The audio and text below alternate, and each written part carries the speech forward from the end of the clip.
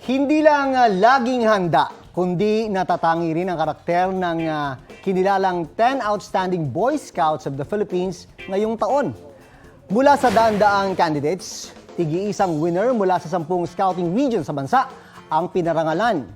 Pinili ang outstanding senior scouts base sa kanilang community service, pakikisa sa school-related activities, character development at husay sa interview. Makatatanggap ang 10 winners ng 2 years college scholarship, cash prize at iba pang premyo. Saludo at congratulations mga kabalita. Bahagi ang search at ang awarding ceremony ng month-long celebration ng founding anniversary ng Boy Scouts of the Philippines. Balita ko, may tututukan kayo tuwing 10:30 a.m. sa GTV. Alamin ang mahalagang balita at impormasyong dapat nyong malaman sa Balita Ko tuwing Lunes hanggang Biyernes. Mag-subscribe din sa GMA Integrated News sa YouTube.